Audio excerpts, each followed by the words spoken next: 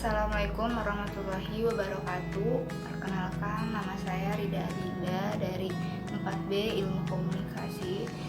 Di sini saya akan menjawab soal UAS Filsafat Komunikasi. Di sini saya akan menjawab soal nomor 1, yaitu filsafat ilmu komunikasi dapat diartikan sebagai suatu ilmu yang mempelajari tentang upaya memahami hakikat ilmu komunikasi dari segi filosofi ilmu yang meliputi tentang aspek ontologi, epistemologi, dan aksiologi. Filsafat komunikasi juga mempunyai hubungan erat dengan cabang ilmu filsafat yang lainnya. Hubungan erat tersebut terutama tampak pada fenomena manusia yang melakukan komunikasi. Dengan kata lain, filsafat komunikasi berhubungan erat dengan filsafat manusia. Filsafat komunikasi berusaha menjabarkan sifat kodrat manusia sebagai makhluk individu sekaligus. Contohnya, menelaah informasi kembali tentang adanya virus baru yang akan terjadi setelah pandemi COVID-19. Jawaban nomor 2 yaitu tentang asumsi paradigma. Di mana asumsi paradigma itu ada 3, yaitu yang pertama paradigma positivistik, yaitu menggambarkan tesis asumsi bahwa ilmu adalah satu-satunya pengetahuan yang valid dan bersifat empiris. Fakta sosial yang terjadi dalam praktis sosial tentunya pada tindakan manusia akan menjadi sejalan dengan objek pengetahuan. Contohnya, melihat usaha belajarnya selama ini, Rahmat akan lulus dengan nilai yang memuaskan. Sedangkan asumsi yang kedua yaitu asumsi konstruktivisme, yaitu asumsi dasar dalam pendekatan konstruktivis ini adalah realitas itu dibentuk dan dikonstruksi dengan demikian. Realitas yang sama bisa ditanggapi, dimaknai, dan dikonstruksi secara berbeda-beda oleh semua orang. Contohnya, interaksi antara Amerika Serikat dengan Afghanistan, di mana pada isu ini kaum realis beranggapan bahwa kepentingan nasional Amerika terhadap Afghanistan hanyalah sebatas material saja, yaitu hanya fokus pada minyak. Sementara konstruktivisme menyatakan bahwa kepentingan Amerika Serikat tidak hanya menyangkut persoalan minyak. Terdapat kepentingan lain yang diinginkan oleh Amerika Serikat, yaitu kepentingan jangka panjang seperti penyebaran ideologi Amerika Serikat. Sedangkan yang ketiga ada asumsi dasar dari paradigma kritis, yaitu yang berkaitan dengan keyakinan bahwa ada kekuatan laten dalam masyarakat yang begitu berkuasa mengontrol proses komunikasi masyarakat.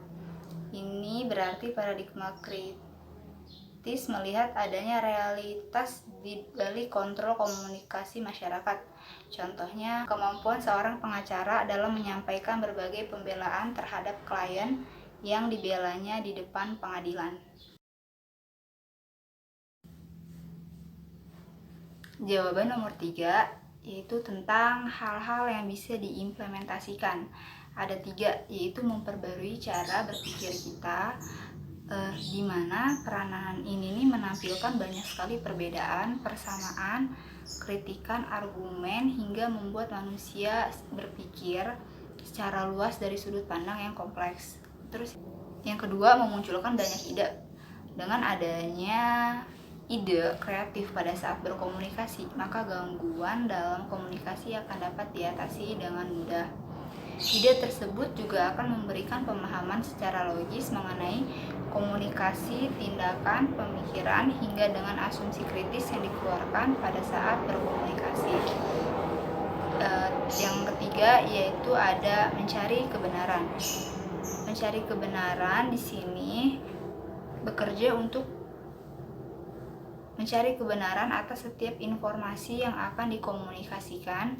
Dengan filsafat komunikasi, pandangan serta pengertian mengenai informasi tersebut dapat dicari tahu secara luas dan lebih mendalam. Jawaban nomor 4 tentang hasil presentasi yang pernah dipresentasikan tentang paradigma kajian dan penelitian komunikasi kritisisme. Sejarah perspektif kritis. Kritik merupakan konsep untuk memahami teori kritis. Teori ini dikembangkan oleh mazhab Frankfurt. Konsep kritik yang digunakan mazhab Frankfurt memiliki kaitan sejarah dengan konsep kritik yang berkembang pada masa-masa setelah Renaissance. Pada masa itu, abad ke-17 hingga 18, muncul filsuf seperti Immanuel Kant.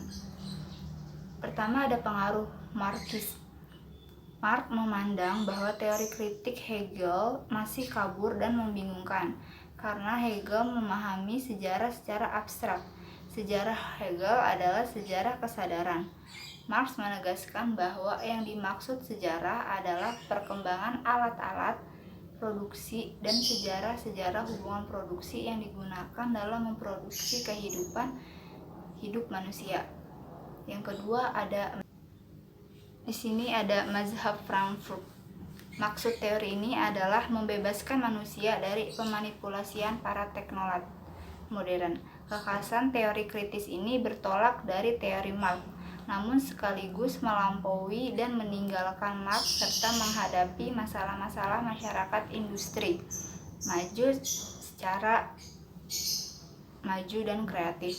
Yang ketiga, ada pendekatan teori kritis pada komunikasi.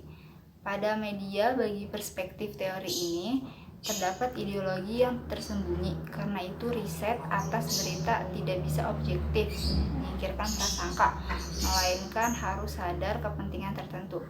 Ideologi yang dimaksud adalah cara-cara di mana ritual-ritual dan kebiasaan tertentu menghasilkan akibat-akibat yang mengikat dan melekatkan kita pada tatanan sosial. Yang keempat itu ada cultural studies atau studi budaya. Media dianggap sebagai alat yang kuat dari ideologi yang dominan. Media juga memiliki potensi untuk mengembangkan kesadaran masyarakat tentang masalah-masalah kelas, kekuasaan, dan didominasi. Sasaran cultural studies adalah mengekspor sebagaimana ideologi dari kelompok-kelompok dominan dipertahankan dan bagaimana ideologi tersebut bisa ditentang. Yang terakhir ada studi feminis. Kesetaraan gender dalam wacana feminisme disusun dengan asumsi terdapat generalisasi anggapan terhadap diri perempuan yang stereotip interior di hadapan lelaki. Perspektif kritis menganggap bahwa bahasa, berita, iklan, gambar itulah terdapat ideologi atau kepentingan yang disembunyikan oleh pihak tertentu. Ada juga ruang lingkup filsafat komunikasi, ada 3, yaitu ontologi, epistemologi, dan aksiologi. Ontologi yaitu berkaitan dengan telaah terhadap asas-asas dan metode penalaran secara benar. Yang kedua, ada epistemologi, yaitu cabang filsafat yang menyelidiki asal, sifat, metode, dan batasan pengetahuan manusia. Sedangkan yang terakhir ada aksiologi, yaitu asas cara bagaimana menggunakan ilmu pengetahuan yang secara epistemologis diperoleh dan disusun.